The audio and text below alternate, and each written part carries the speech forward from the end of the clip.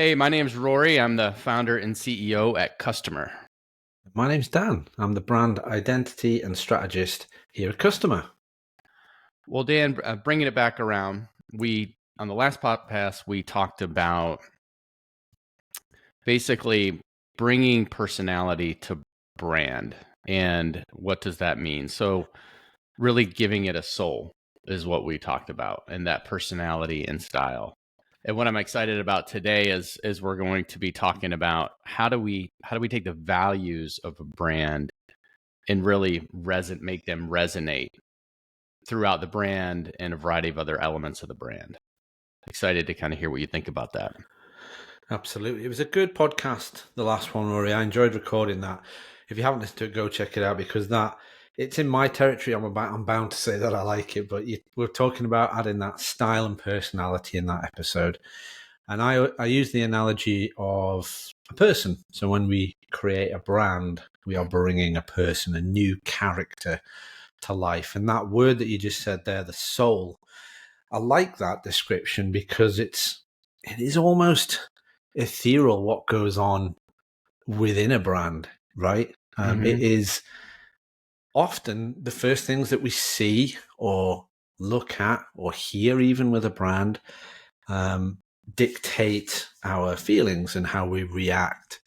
And so today's episode, when you just mentioned that title there, visualizing values, it's a perfect follow-on because if we have the early makings of our person, our character of that brand. So I think I use that analogy of a logo being the face of a brand, that face of a person. When you say a person's name, the first thing you think about is their face, right? Regardless of who they are, you kind of picture that face. That's, for me, the logo's job. We should have that logo to kind of instantly recognize the business. And the style and the personality are everything that fit into and around that brand. So for a person, that could be their clothes that they wear and how they present themselves to the world. With values, it's a really interesting area. I mean, where do you start when you want to visualize a value? How will we portray a certain value to that audience? Okay. It comes down to, for me anyway, a number of different factors within design. And you can kind of go out there and search all these different meanings for certain elements. And I think color is probably a really good place to start because colors have such it's like a gut feeling sometimes. There's like an intrinsic reaction to a specific color. And there are psychological reports out there that have evaluated how people react to color. And I think for the start of this episode, to just really touch on that, the most basic of things for a brand is the colors that they will inherit for their brand. And the colors, Rory, they have an impact on the value that brand will portray and what it wants to come across. Am I making sense on this side of the microphone? Yeah, when I hear you say that, and three words I put together are thinking about the values and basically, again, indeed, the core values of the brand, and then the principles it stands for, and then what are those attributes in the brand. And color is definitely a great place to start because it's a conversation we often have because financial brands tend to pick blue and green. That's pretty common. And when clients hire us, they not only hire us because we have the skills and experience and expertise in finance and fintech, and so we understand their business and the ecosystem with which they work in and generally have a pretty good understanding of the market they're serving and what makes those folks tick, whether businesses or consumers that they're trying to sell, because we've been doing this a long time. But it's so common, they don't want to look like everybody else. That's the other reason they come to us, is they want to stand out in the crowd. And so let's unpack that a little bit because there's only so many core primary colors. And when you think about representing and properly visualizing a brand's core values, talk a little bit more about how color plays into that, because I've seen the work that we've done and the work that you've done, and you somehow, it feels like you invent new colors somehow. Well, I promise you I don't. Or maybe I do. I don't know. It's one of the first places that I start when it comes to brand and brand identity. Yeah, there's the sketching and the kind of, working out the shapes that are going to make up a logo. But one of the first creative parts and jobs that I do is to kind of get colors, and I'm using that as plural, to match them up next to each other and sit them next to each other to see how they look and feel.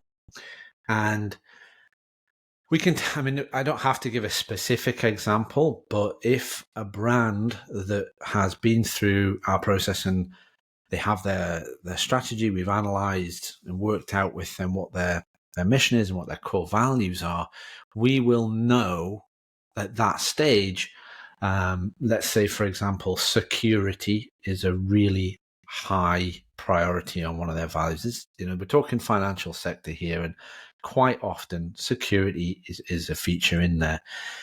And for me, when I'm designing, when I'm pulling things together, that I always have to have a reason. So I'm going to go off on a little tangent here, but I always have to have a reason for using things. I don't just pick a color and go, yeah, that looks great. Why have you chosen that color? And that's where that set of core values, that basic understanding, the foundations of the brand has to be completed. Because if I pick a bright yellow, for example, and we know security is one of their core values, that's going to be hard to justify unless there's a valid reason. And I'm now trying to wrap my brain around why a bank would want to go with a bright yellow. Perhaps they're a brand new, fintech startup, and they've got a completely new take on things. And this yellow perhaps fitted into what we'd call like a partnering core values, so something that would sit as just as important as that security side of things. So let's say I don't know, I can't think of the example, but that we have to have a valid reason for picking these particular colors, because they should represent the values. And to just take it that step ahead, Rory, if we get that right, so when we're choosing these elements that we want to match up with our foundation, if we get that right, it should resonate. And it should resonate with the audience that we are creating the brand for. And this is I'll let you jump in a second, because I just want to add on to that. This is a really hard process for a lot of business owners to get into. The reason being, and this is why I usually find, that they bring their personal taste to the equation. And they'll say, well, I don't like that color. And more often than not, we have to educate and sit back and say, look, we're not choosing this to decorate your house. We have been through the process and looked at this brand with you. This brand, we want it to resonate with this audience. And that's why we're choosing this color. And these are just some of those reasons, Rory, why, the title suggests there, crafting a resonant brand identity is so important, and being able to visualize those values that we should have established for the business. You might already have them, or we might have worked through them with you. Does that make sense? It does. And because colors evoke so much emotion, we want to choose colors that do resonate with the audience and are consistent with the brand that we're developing. And we want to evoke those desired emotions. So a couple of things come to mind when I think of like the color spectrum. Blue is like trust and stability, and you've got green, which means typically means prosperity and growth. And we see shades of gray that are more about, could be more about sophistication or professionalism or stability. So it feels like a color palette is so critical. And I don't know if there's some examples you can share, things we can talk about, because they're all the colors in the rainbow are available to us. But we're very intentional about what we choose, from what I hear you saying. Absolutely. Specific examples, I can put some in the show notes, and there'll be links to brands that we've worked on where color palette it's basically played a big part in how that brand wants to appear, and the values that they want to put across. So we've got a couple, so I'll put them in the show links. So, so Dan, along the lines we're talking about color palette and how important that is, and let's go ahead and how about we share a few examples? So yeah, that'd be good. So our listeners can follow us along. So I'm going to start with one that you recall, and we can talk with the listeners about Access One. That's right. So Access One, this was actually an interesting one, Rory. I'm kind of pleased, but not pleased. I've just realized why the colors were specifically on this one. If you remember, as we were going through with this one, we suggested an alternative palette. And for one reason or another, it was an internal matter, but we ended up using and slightly modifying, if memory comes to mind, how they use their existing colors. And this is actually a good example because they had a palette that wasn't working for them, or so they thought. But what we were actually able to do, having worked through the foundation stuff and analyzing all of that core, the values and the mission, making sure we were on track with that, we were able to say, if we're going to stick with these colors, we need to use them in the right way, so that we get across the right feeling. And so this project was a really good example of recrafting, probably the best word to use, but making something feel the way that it probably should have done, or maybe it did do back in day one and it had perhaps lost its way a little bit. But now we've got a palette that is unique, and you wouldn't look at that and think this is a financial brand, apart from the fact it says pay twice on the kind of fold. But we've got colors that are not, indicative of a big financial institution. This one was all about the patients and how they should feel when they're paying. So yeah, that was Access One. Does that ring true now, Rory? Do you remember I do, and the success of this one was wonderful to be a part of. It really helped them. We did a big reveal for them, and in the fall of 2022, so almost a year ago now. And coming off of that reveal to the industry and then to their investors as they continued to scale, resulted in a pretty significant capital raise for them.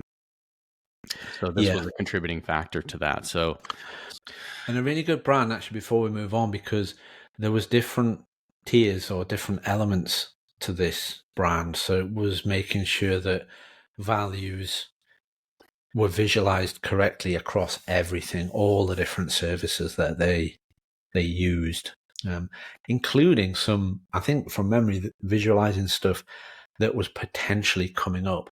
And that's a key one with brands, Rory, when they, understanding where they are now, but where they want to be, and making sure that that is taken into account when you go through an exercise like rebranding. Because the job here is to make sure that we're not repeating the exercise in 6 months, 12 months. This wants to last, as long as possible. Yeah, it's beautiful. I think the messaging to support it all too. I know we're talking about color palette, but messaging and imagery really came together nicely. All right, you want to take a look at another one? Yeah, I would. All right, let's take a look at another one here. How about Nexi? Yeah, that was a good one. Good colors from memory as well. Tell us a little bit about this one, because this is such a unique brand. I think it's beautiful what you've done here. Yeah, and with a lot of these brands, there are others out there. Well, most of them. You're not often going to find a business that is just on its own in a marketplace. So when Nexi came to us, it was As I've said before, finding out what makes them different.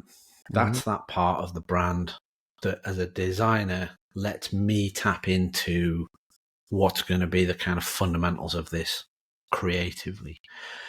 So when we talk about creating a resonant brand and a brand identity, this one is all about these vibrant entrepreneurs. So these small business entrepreneurs, as that homepage says, this needed to kind of click into that gear in a way. And so you can see from that, we've got that gradient going on. We've got some really vibrant purple and pink, and that's different, right? And the company themselves are very different in how they go about business. And I don't want to go into their kind of how they do business, but they were adamant throughout all the workshops. We do things differently. This is how we do it. And for me, it was making sure that value came across in how they present themselves to the outside world. Purple, pink. Don't see that very often in finance, do you, Rory? Don't see it very often. And I think you nailed it when you said that they do things differently. And I think for us, it was, and it continued to be a client of ours now, going on a couple of years as well. Very refreshing. And this is consistent with our own mission and our own values to make a positive impact in the world through the work that we do. And so Nexi, as is Access One, the majority of our clients are reflections of our own mission and values to do good things while we're on this planet. And so Nexi has been a wonderful client, super exciting. The business lending space has a variety of different players in it. So helping Nexi succeed and grow, stand out, be different was really the initial objective. And it's nice to see it flowing out and them continuing to succeed and grow. And if memory serves me right, Rory, I believe one of the founders, when we presented the logo, you probably weren't, I don't know if you were on the call, she said she might get the tattoo of the logo. You don't get a higher compliment than that. That's pretty good. If you want to wear it on your body forever, that's yeah, man, that's cool. Yeah, I like the logo, like the colors, and it's been a really good brand to work with. So wonderful. Thanks for that, Dan. All right, and we're gonna do how about one more? Yeah, let's have a look at one more. All right, so I'm gonna throw you a little bit different one because we've looked at some vibrant colors. Okay. So we're gonna talk about Onyx IQ. So a completely different, obviously, to look at. And, you know, this is a good thing to put up because as an example shows that the approach that Onyx has as a brand will be completely different to Access One. Mm-hmm. You know them better than me, but I would imagine that as a business, not quite at polar opposites, but if you look, for me anyway, as a designer, what I'm seeing is that they've got a serif font. So that's a lot more literal and a little bit more, as I would describe, a sage way of appearing. So pretty business-minded would be my comment on this one, as opposed to the softer, more warming tones of that Access One colors. I mean, is that black? I can't quite see on my screen here, but yeah, it's black. Yeah. The one thing I like about what you said there, this is a reflection of their values. Very business minded. Their founder and CEO has been in the industry for decades, and he designed and launched, pre-launched basically this software with us, and really from the perspective of a business lender himself and understanding the underwriting process and that the whole process needed to be broken and recreated. And so that's Onyx in automating the entire, and what we use the word with them, supercharging the lending process through automated software.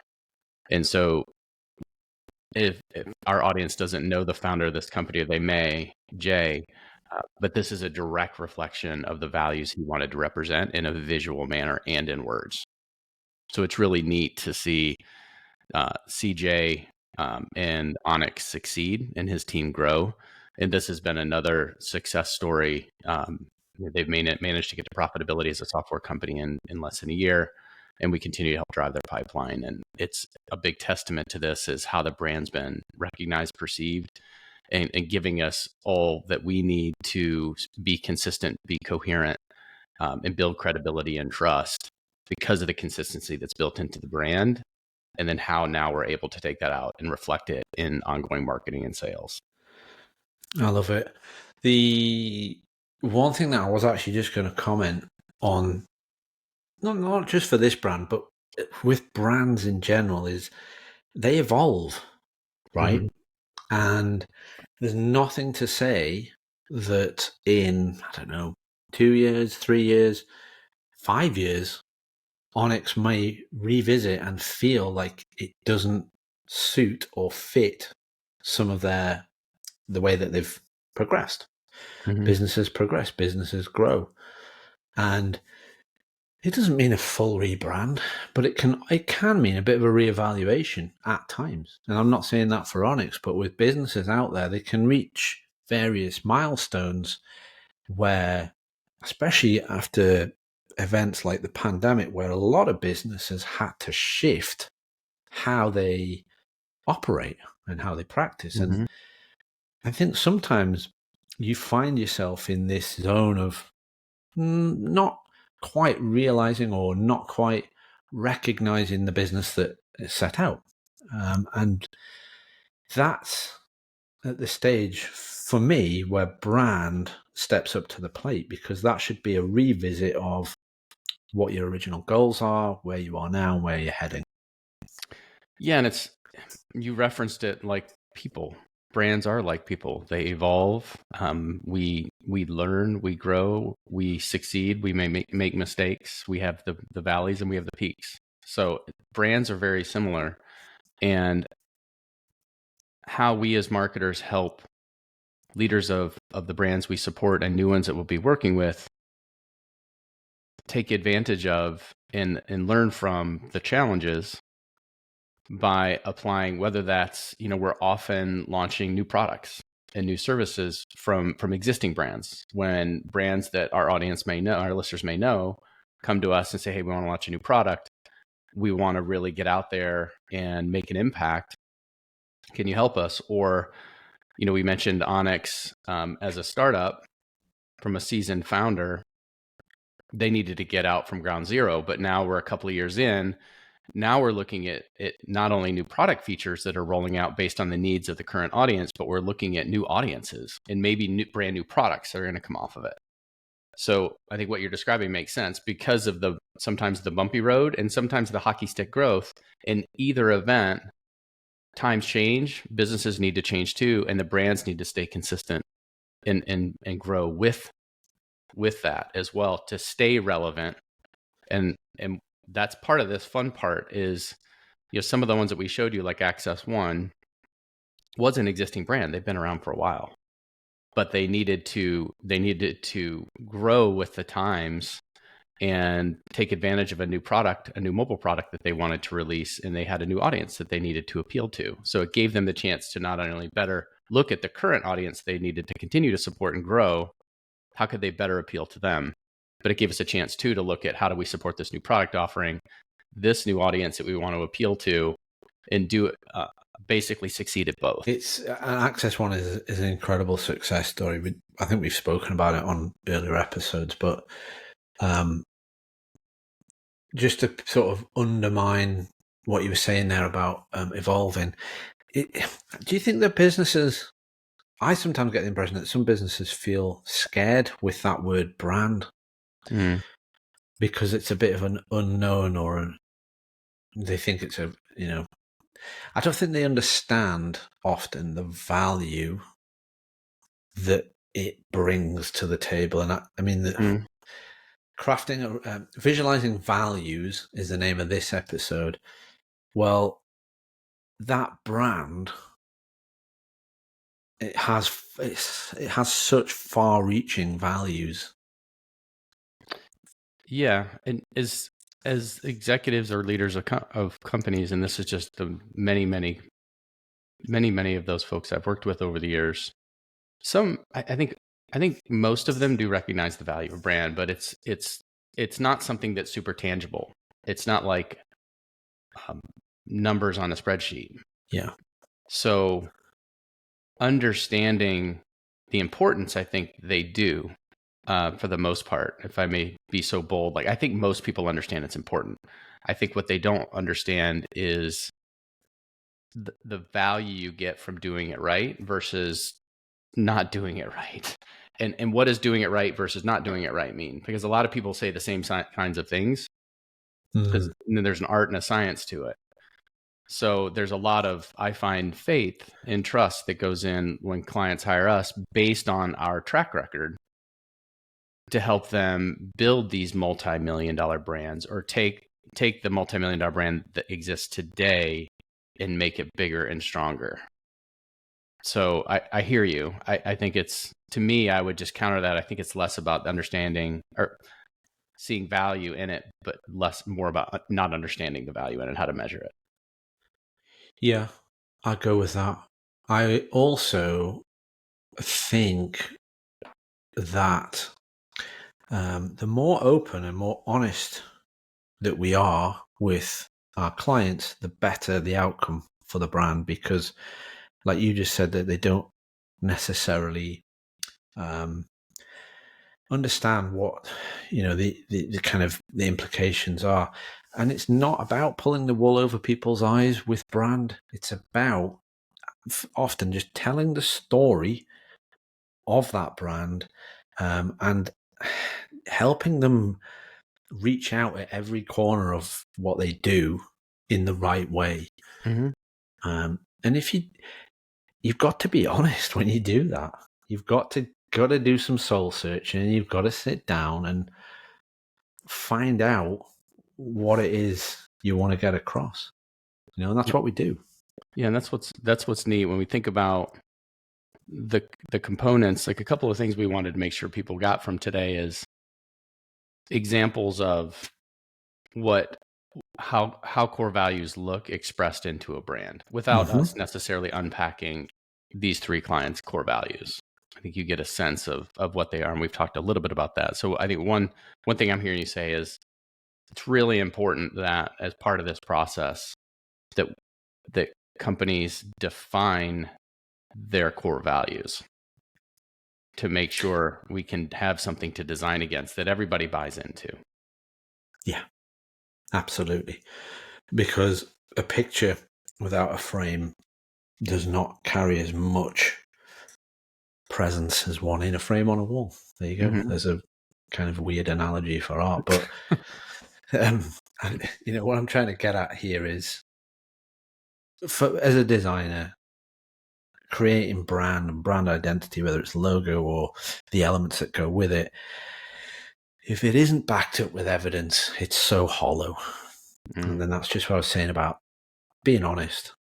If you can explain something to somebody, you're telling that story, and then that gives it, a valid reason to exist. Mm-hmm. Well, I think that's important. It has to be true. Otherwise it's hollow.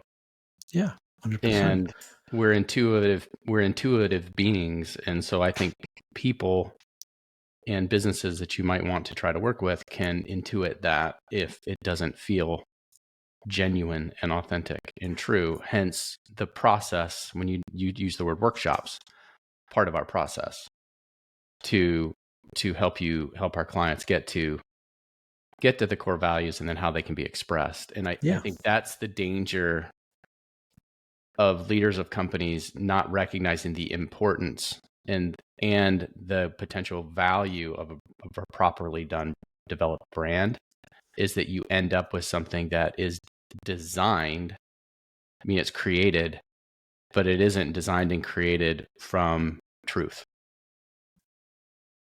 Yeah.